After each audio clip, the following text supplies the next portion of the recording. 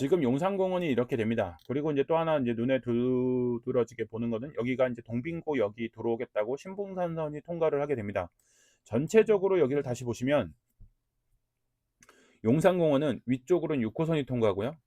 요 옆으로는 4호선과 1호선이 통과를 하는 곳이고, 이쪽으로 용산공원에 접근하기가 되어 있어요. 그리고 신분당선이 통과해서 여기 동빙고역이 들어온다면 또 신분당선을 타고 공원이 들어오게 됩니다. 그리고 이용률 하는데 이용이 약간 불편하긴 하지만 경의중앙선을 타고 서빙고역도 이용할 수 있게 되어 있습니다. 근데 이게 공원으로 되어 있고 여기가 신축 아파트가 된다라고 했었을 때 어떤 효과가 생길까? 상상이 안 되겠죠. 뭐 당연히 좋아진다는 얘기는 할 수 있겠죠. 근데 여기서 초점을 맞춰야 되는 게 뭐냐면, 공원이 만들어지고 접근성이 용이해지고 쾌적하게끔 살 수 있는 구조. 여기에 단순히 공원만 있고 아파트만 신축이 있다라고 했었을 때 무조건 집값이 오를까? 모두 다 선호할까? 그건 아니죠. 교통이 받쳐지면서 쾌적해야 됩니다. 그래서 이게 이 교통까지 들어오게 된다면 이쪽이 상당히 선호 지역으로 높아질 겁니다. 그러면 그 결과를 어떻게 아느냐라고 했었을 때 딱 보이는 게 현재 드러난 게 이쪽에 있죠. 성수동입니다. 성수동하고 비교를 해보면 성수동 앞전에는 여기는 그냥 침수 지역이었어요. 침수 지역. 그리고 여기 지금 서울숲으로 되어 있는 게 경마정이었고, 이 경마정이었던 지역이 공원으로 바꾸고, 그리고 갤러리아 폴에 아크로폴에 이런 것들이 들어오고, 그 다음에 트리마제가 들어오고, 이러면서 주변 환경이 확 바뀌면서 한강을 이용할 수 있는 장점, 그리고 대규모의 공원이 들어오고 쾌적한 주거 환경이 만들어지는데, 여기서 결정적인 한타를 날리죠. 분당선입니다. 분당선. 이 분당선이 서울숲역을 만들면서 이쪽의 접근성이 상당히 용이하게 바뀝니다. 서울숲, 그 다음에 분당선, 그리고 신축 아파트, 이런 것들이 연결이 되다 보니까 결국에는 한강에 나오는 구축 아파트마저도 가격이 변합니다. 이 건영. 좀 전에 이제 신동아도 이제 한번 봤었는데, 이 건영을 한번 보시면은 연식이 그렇게 많이 오래되지 않았기 때문에 전세가도 올라가 주는 상황이기도 하고, 17년 4월, 아까 전에 동일하게 17년 4월을 이제 비교를 해 보시면은 이때도 마찬가지예요. 이때도 가격이 얼마 안 했었습니다. 8억이라고 치고 5억이라고 치면 3억 정도 되는 거죠.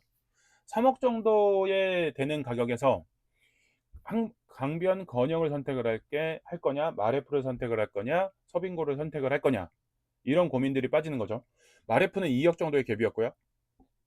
강변 건영 3억이죠. 그리고 지금 서빙고 6억. 어느 거를 선택할 거냐. 이게 동일한 시점인 거죠. 그러면 20년, 아까 전에 비교를 했죠. 20년에 마레프 6억. 그 다음에 서빙고 10억. 20년 5월이었습니다. 20년 5월 한번 찍어볼게요. 20년 7월 5월 요쯤. 여기 지금 가격이 이제 서울숲이랑 분당선의 효과를 보면서 7억과 14억, 7억으로 올라갔습니다. 갭이 7억으로 올라갔는데 20년에도 여전히 사람들이 선호하는 아파트가 돼버렸죠. 선호하는 아파트 갭 7억입니다. 그러면 이제 다시 정리하면 마레프는 6억, 강변경영은 7억, 서빙고는 10억, 이렇게 되어 있습니다. 그러면 이런 상황에서 동일한 시점에 과연 내가 어떤 거를 살 것인가? 그냥 마레프만 알고 있으면 마레프만 꽂혀 있을 거고요. 여기까지 알게 된다면은 여기까지도 상황이 넓혀지게 되겠죠. 지역을 넓게 알 때 뭔가가 조금 선택지가 늘어나고 있어요. 선택지가 늘어날 때 내가 돈의 효용 가치가 상당히 높아지는데, 그 선택지가 늘 생각을 안 하면 답이 없죠. 예, 선택지가 늘지 않으면. 그러면 이제 지금 좋은 거를 한번 얘기를 했고, 이제 반대로 안 좋은 케이스를 한번 얘기를 할게요. 안 좋은 케이스 어떤 케이스냐?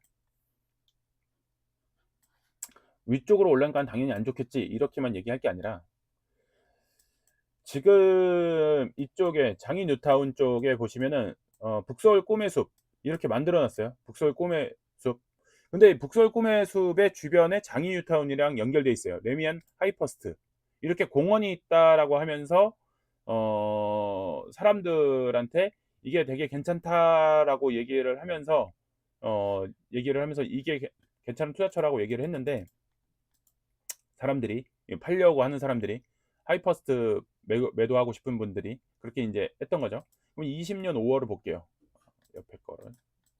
그러면 요게 이제 요렇게 되면은 요것도 가격이 4억이나 갭이 4억이나 되네요. 20년에. 그러면 20년에 4억의 갭 차이를 두고 있고, 그러면 아까 전에 이제 보시면은 마레프 6억, 장애 하이퍼스트 4억, 4억이고 그다음에 마레프 6억이고 그다음에 건영 7억이고 서빙고 10억이고 그러면 이렇게 된다고 했을 때 중간값 한 6억 정도 인다라고 했었을 때 그 돈을 전체를 마레프를 넣는 게 낫느냐? 지금 여기 뭐 장인 뉴타운 만들어지니까 여기에 4억을 넣는 게 맞느냐라고 했었을 때 대번에 장이래미 하이퍼스트는 선택을 하려는 사람이 상대적으로 적을 겁니다. 근데 이쪽에서 이제 강조하는 것 중에 하나가 북서울 꼬매 숲이 있으니까 좋을 것 같다. 근데 아까 전에 제가 얘기했죠. 용산공원도 공원이 생기고 근데 서울숲도 생기고 하니까 집값이 오른다고 하지 않았냐. 거기서 제가 분명히 얘기했죠. 교통입니다. 교통. 현재 이렇게 선이 그어져 있긴 하지만 이게 완성된 것도 아니고요. 또 하나 이게 다 또 보면은 메인선이 아니라 다 경전철입니다. 아시다시피 경전철 같은 경우에는 중전철보다도 현저하게 실어 나르는 것도 작고 그리고 이게 활발하게 역동성을 부여할 정도로 많은 사람들이 선호하는 선이 아니기도 하고 그렇다 그러면 이게 중심으로 바로바로 다 연결되는 선이 아니잖아요. 그렇다 보니까 이게 가격이 오르기 힘들죠. 좀 전에 봤던 용산의 신용산선 같은 경우는 용산으로 수렴하고요. 강남으로 수렴하고요. 분당선도 강남으로 수렴합니다. 일자리로 수렴을 하죠.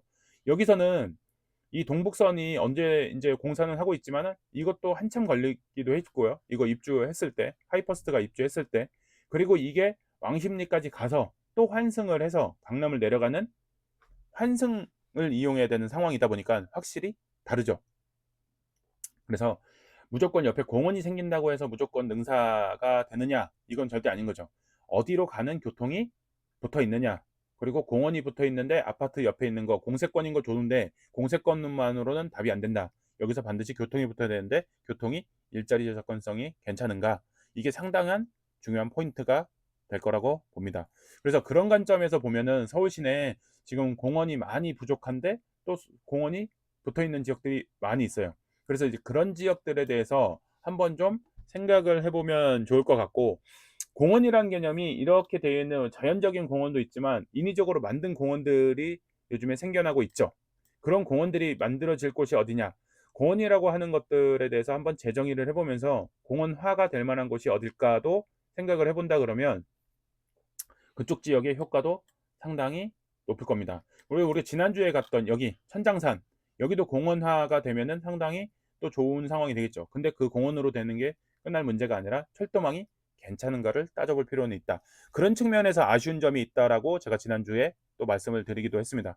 그래서 이제 이런 것들을 한번 같이 비교를 해볼 필요가 있어요.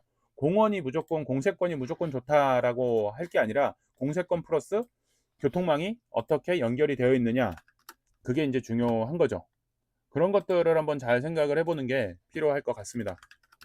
자, 그래서 이제 오늘 서빙고 이제 공세권을 중심으로 해서 교통망이 붙었을 때 어떻게 될 것이냐도 한번 오늘 체크를 해보도록 하겠습니다.